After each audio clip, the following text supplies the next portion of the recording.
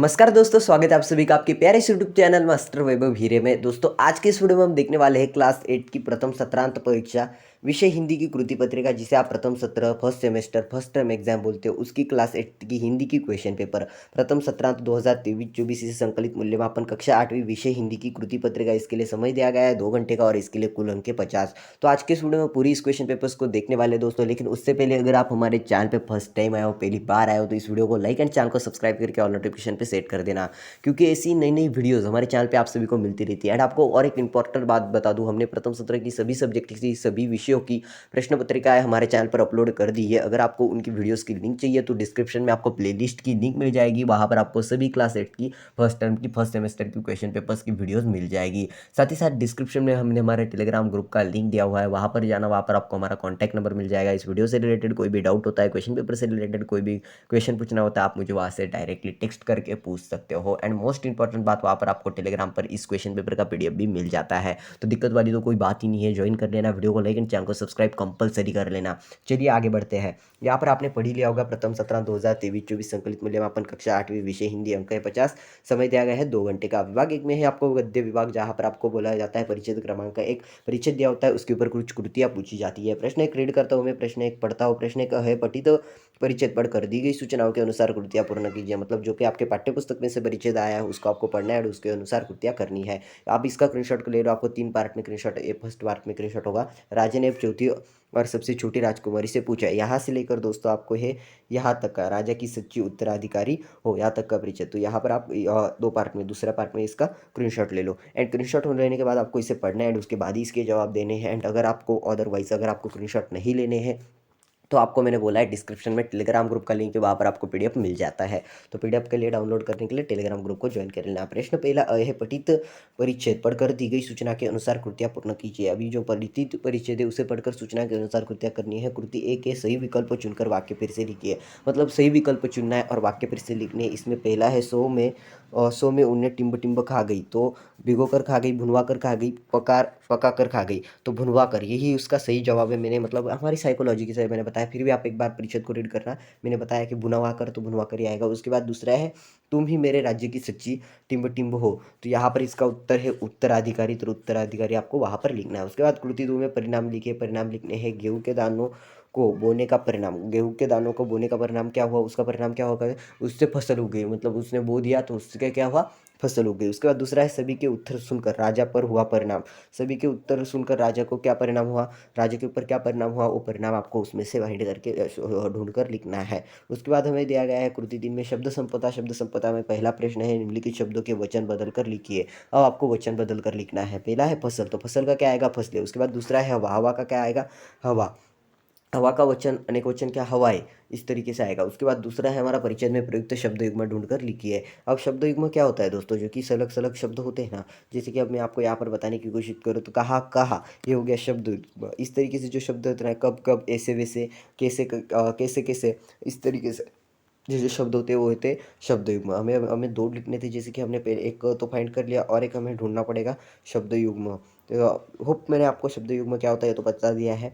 किन किन, देखो ये देखो इस तरीके से किन किन, इस तरीके से 2 शब्द युग्म हमें लिखने थे, हमने दोनों के दोनों फाइंड करके लिख दिए। उसके बाद एक कृति 4 में सोमत अभिव्यक्ति। अभी सोमत अभिव्यक्ति हमें ढूंढ कर लिखने, अपने आसपास घटित चतुराई से संबंधित घटना लिखिए। मतलब आपके आसपास ऐसी बहुत सारी घटनाएं घटती है जो कि चतुराई से संबंधित होती है। कोई अपनी होशियारी दिखाता है कभी कभी चोर को पकड़ने के लिए, या तो आपने मूवीज़ में भी देखे होंगे इसी चतुराई के बारे में। तो आपको कोई भी ऐसी घटना लिखनी है जो कि चतुराई यानी कि होशियारी से संबंधित हो। अगर कोई बच्चा हो बहुत स्मार्ट है, उसने इंटरनेट पे कोई ऐसी कामगिरी कर दी, उसका बहुत सभी तारीफें कर रहे हैं, तो ये चतुराई से संबंधित आपको लिखनी है उस तरीके से। अब आगे की तरफ बढ़ते हैं। पठित परिच्छेद पढ़कर दी गई सूचना के अनुसार कृतियाँ कीजिए, कृतियाँ पूर्ण कीजिए। अभी और एक परिच्छेद दिया गया, उसको पढ़कर सूचना करनी है। इसका स्क्रीनशॉट ले लो। ये परिच्छेद है।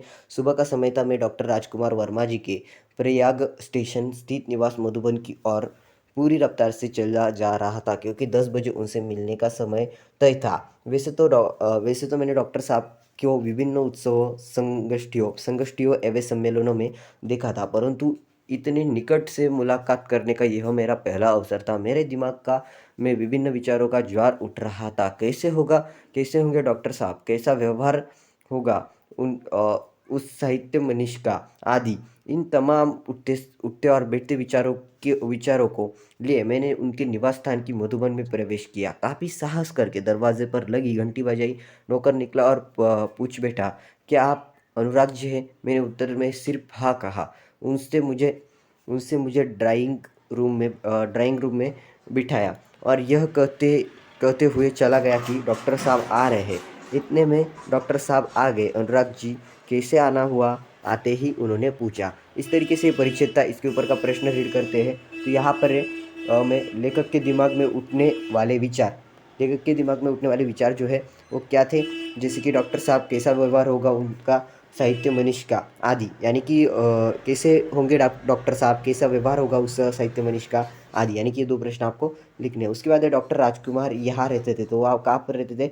डॉक्टर प्रयाग स्टेशन के स्थित निवास मधुबन। तो ये लिखना आपको जी, प्रयाग स्टेशन स्थित निवास मधुबन, यानी कि वहाँ पर वो लेते थे। आगे बढ़ते हैं। आगे हमें शब्द संपदा, जिसमें पहला है निम्नलिखित शब्दों के पर्यायवाची शब्द लिखिए। पर नौकर के लिए हमें क्या, नौकर चाकर भी बोलते हैं ना इसको। नौकर का समानार्थी शब्द लिखना है, पर्यायवाची यानी कि समानार्थी। उसके बाद मुलाकात यानी कि मिलना, उसका समानार्थी शब्द लिखना है। अपॉइंटमेंट भी इसे इंग्लिश में बोला जाता है मुलाकात का। उसके दूसरा है निम्नलिखित शब्दों में प्रत्यय जोड़कर नए शब्द बनाओ। प्रत्यय जोड़कर व्यवहार का क्या हो सकता है? व्यावहारिक हो गया प्रत्यय करके। व्यावहारिक हो गया। उसके बाद विचार, वैचारिक भी हो सकता है, ठीक है ना। उसके बाद कृति 4 है स्वमत अभिव्यक्ति लेखन करना है। उत्तम साहित्य के लिए संगोष्ठी और सम्मेलन आवश्यक है, इस विषय पर विचार लिखिए। स्वमत अभिव्यक्ति लिखनी है आपको। अब दूसरा है विभाग 2 पद्य विभाग, जहाँ पर प्रश्न 2 का है पठित पद्यांश पढ़कर दी गई सूचना के अनुसार कृत्य कीजिए। कृति 1 की कृति पूर्ण कीजिए।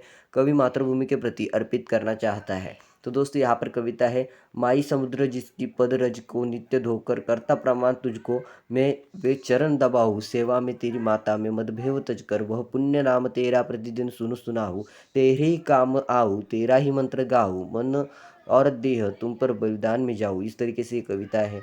और इस तरीके से ये कविता थी और इसके ऊपर हमें कुछ प्रश्न है, तो देखते हैं क्या प्रश्न है।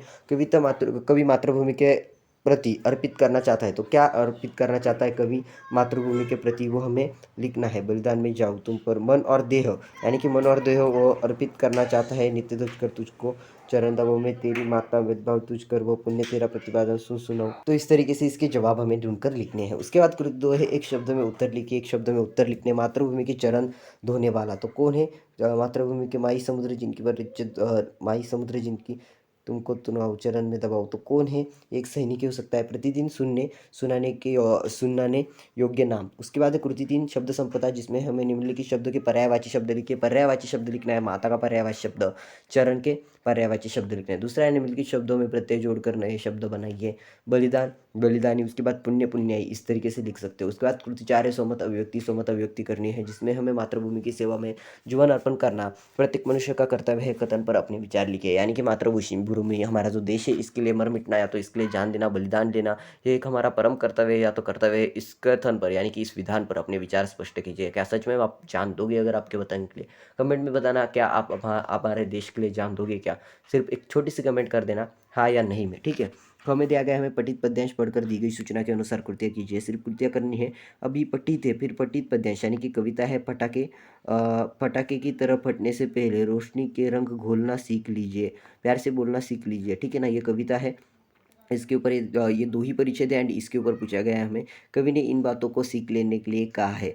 तो क्या सीख लेने के लिए? रोशनी के रंग घोलना सीख लेने के लिए कहा है। उसके बाद मीठी बोली के गुल रोपना सीख लेने के लिए कहा है। उसके बाद बदल कर उस मोड सीख लेना लीजिए। उसके बाद ज़रूरत पे मुंह खोलना सीख लीजिए। ये 4 हमें सीख लेने के लिए कहा है, तो वही 4 आपको लिखने हैं। आगे वाले पे तरफ बढ़ते हैं, जो कि है कविता में आए इस अर्थ के शब्द लिखिए। कड़वे कड़वे के लिए आए जो शब्द है वो लिखना है। उसके बाद आवश्यकता के लिए आया शब्द आपको लिखना है। कृति 3 में उत्तर लिखिए। उत्तर लिखने हैं कांटे बोने वाला, उसके बाद फटने वाले, कांटे बोने वाले और फटने वाले। उसके बाद कृति 4 में है भावार्थ लिखिए। भावार्थ लिखने हैं, कविता के अंतिम 4 पंक्तियों का अर्थ लिखिए। अंतिम 4 पंक्तियां, यानी कि इन 4 पंक्तियों का जो कि भावार्थ है, जो कि अर्थ होता है, अर्थ निकल कर आता है, वो अर्थ आपको लिखना है। उसके बाद विभाग 3 है भाषा अध्ययन। अभी भाषा अध्ययन आपको लिखना है। प्रश्न 3 है सूचना के अनुसार कृतियाँ कीजिए। अभी सूचना के अनुसार आपको कृतियाँ करनी है, जिसमें पहला है शब्द का वाक्य में प्रयोग कीजिए। शब्द का वाक्य में प्रयोग करना है हमेशा।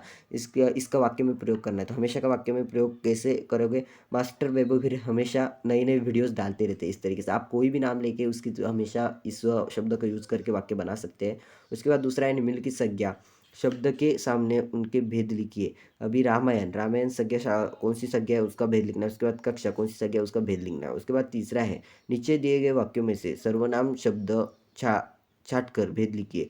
सिर्फ शब्द सर्वनाम शब्द छाटकर उसका भेद लिखना है। लगभग 10 फीट का पुल बनाना होगा। उसके बाद है जो जैसा करेगा वैसा भरेगा। चौथा है नीचे दिए गए वाक्यों में से विशेषण शब्द छाटकर उसके प्रकार लिखिए। पेड़ पर पीला आम लगा है। पीला यानी कि ये उसका क्या हो गया, विशेषण हो गया और उसका भेद भी लिखना है। उसके बाद वह मेरी बहन है। पांचवा है हमें नीचे गए वाक्य में से क्रिया का काल पहचान कर लिखिए। क्रिया का काल पहचान कर लिखना है। घर पहुंचकर खूब गरजेंगे दहाड़ेंगे। दूसरा है राजा साहब की सिर्फ सांस चल रही थी। छठा है निम्नलिखित वाक्यों में से प्रयुक्त अव्यय पहचान कर उनका भेद लिखिए।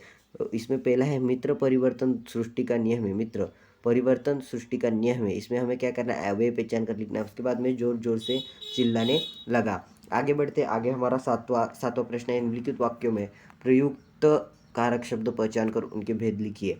मैं नुक्कड़ की दुकान से कुछ खरीदने के लिए आया था। उसके बाद है दूसरा, हे ईश्वर मुझे शक्ति दो। उसके बाद आठवां है हमें अर्थ के आधार पर वाक्यों के नाम लिखिए। अर्थ के आधार पर वाक्य के नाम लिखने, नाखून काट दो। उसके बाद दूसरा है यह कुल्हाड़ी मेरी नहीं है। उसके बाद नौवां है हमें नीचे दिए गए प्रयोग नीचे दिए गए वाक्यों में प्रयोग के किए विराम चिन्हों के नाम लिखिए। सिर्फ विराम चिन्हों के नाम लिखने हैं, जैसे कि यहाँ पर स्वल्प विराम, उसके बाद प्रश्न चिन्ह लिख दो। अरे मैं फंस गई, उद्गारवाचक चिन्ह, प्रश्न चिन्ह और उद्गारवाचक चिन्ह लिख दो। उसके बाद निम्नलिखित मुहावरे का अर्थ लिखकर वाक्य में प्रयोग कीजिए। अर्थ लिखकर वाक्य में प्रयोग करना है। सिर्फ एक किसी भी एक का वाक्य में प्रयोग करो। जैसे कि अब यहाँ पर फूल न समाना बहुत खुशी होना, फूला न समाना बहुत खुशी होना। परीक्षा में प्रथम क्रमांक लाने पर आशीष फूला न समाया, इस तरीके से। उसके बाद है बटाना, हाथ बटाना यानी कि सहाय्य करना, मदद करना। रसिका अपने माँ का रसोई में हाथ बटाती है, इस तरीके से आप वाक्य में प्रयोग कर सकते हो। विभाग चौथा है उपयोजित लेखन। उपयोजित लेखन में हमें रचना विभाग दिया गया है। सूचना दी गई है आवश्यकता के अनुसार परिचय में लेखन अपेक्षित है। इसमें पहला है पत्र लेखन। अब पत्र लेखन करना है। अनिल या अनुराधा काळे 3/205 रविनगर अचलपुर से माननीय व्यवस्थापक साहित्य सदन अमरावती को पत्र लिखकर पार्सल में प्राप्त फटी पुरानी पुस्तकों के संबंध में शिकायतकर्ता करती है अथवा हस्तकला प्रदर्शनी में किसी मान्यवर को अध्यक्ष के रूप में आमंत्रित करने के लिए निमंत्रण पत्र लिखिए। दूसरा है कहानी लेखन। कहानी लेखन करना है। निम्नलिखित मुद्दों के आधार पर लगभग 80 से 100 शब्द में कहानी लेखन लिखकर उचित शीर्षक दीजिए। अभी कहानी लेखन करना है, जो मुद्दे दिए गए उनके अनुसार हमें कहानी लेखन करके उसे उचित शीर्षक देना है। एक लड़का शहर के महाविद्यालय में पढ़ना, छुट्टियों में गाँव आना, प्रतिवर्ष सूखे की समस्या का सामना, मन में नीचे कुआं खोदने का प्रारंभ, लोगों का हंसना, एक मित्र का साथ देना, लोगों का जुड़ना, कुआं तैयार होना, कुआं पानी से भरना, लोगों का खुश होना, सीख और शीर्षक लिखना है। सीख यानी कि तात्पर्य और शीर्षक यानी कि उसका टाइटल लिखना है। तीसरा है निबंध लेखन। अब इसी में से किसी भी एक विषय पर आपको निबंध लेखन करना है। यहाँ पर देखो निम्नलिखित विषय में से किसी एक विषय पर लगभग 70 से 80 शब्दों में निबंध लेखन कीजिए। पहला है मेरे सपनों का भारत, ऐसा होना चाहिए। दूसरा है विज्ञान के चमत्कार। उसके बाद तीसरा है मेरा प्रिय त्योहार। 4 यातायात की समस्याएं उपाय, इस तरीके से। तो दोस्तों इस तरीके से किसी एक भी विषय पर आपको निबंध लेखन करना है। और इसी तरीके से या तो इसी वीडियो में ये प्रथम सत्रांत परीक्षा कक्षा 8वीं विषय हिंदी की क्वेश्चन पेपर प्रश्न पत्रिका यहीं पर समाप्त हो चुकी है। इससे कई स्टूडेंट सामयिक परीक्षा, प्रथम सत्र परीक्षा, फर्स्ट टर्म फर्स्ट सेमेस्टर को एग्जाम बोलते हो, इसकी हिंदी की क्लास 8 की क्वेश्चन पेपर हमने आज के इस वीडियो में देख ली है। अगर इस वीडियो से रिलेटेड, इस क्वेश्चन पेपर से रिलेटेड आपका कोई भी डाउट हो, आप हमसे कमेंट पे पूछ सकते हो। एंड साथ ही साथ दोस्तों, ना आपको टेलीग्राम को ज्वाइन कर लेना, वहाँ पर आपको इस क्वेश्चन पेपर का PDF मिल जाएगा। एंड हमने आपको प्रथम सत्रांत की सभी सब्जेक्ट की लगभग क्वेश्चन पेपर्स अपलोड करवा के दिए हैं, तो आप वो सभी वीडियोस देख सकते हो, ठीक है ना। एंड साथ ही साथ मैं मोस्ट इंपॉर्टेंट बात आपको बता रहा हूँ कि आप चैनल को सब्सक्राइब करके ऑल नोटिफिकेशन पे सेट कर दो, क्योंकि हमारे चैनल है ना आपको बहुत कुछ लाता रहता है। 8वीं के स्टूडेंट्स के लिए, 9वीं के स्टूडेंट्स के लिए, 10वीं के स्टूडेंट्स के लिए, 11वीं के स्टूडेंट्स के लिए और 12वीं के भी बहुत कुछ आता रहता है। सो प्लीज़ प्लीज़ प्लीज़ हो सके तो वीडियो को लाइक एंड चैनल को सब्सक्राइब करके ऑल नोटिफिकेशन पे सेट कर देना। तब तक के लिए tata bye bye, take care.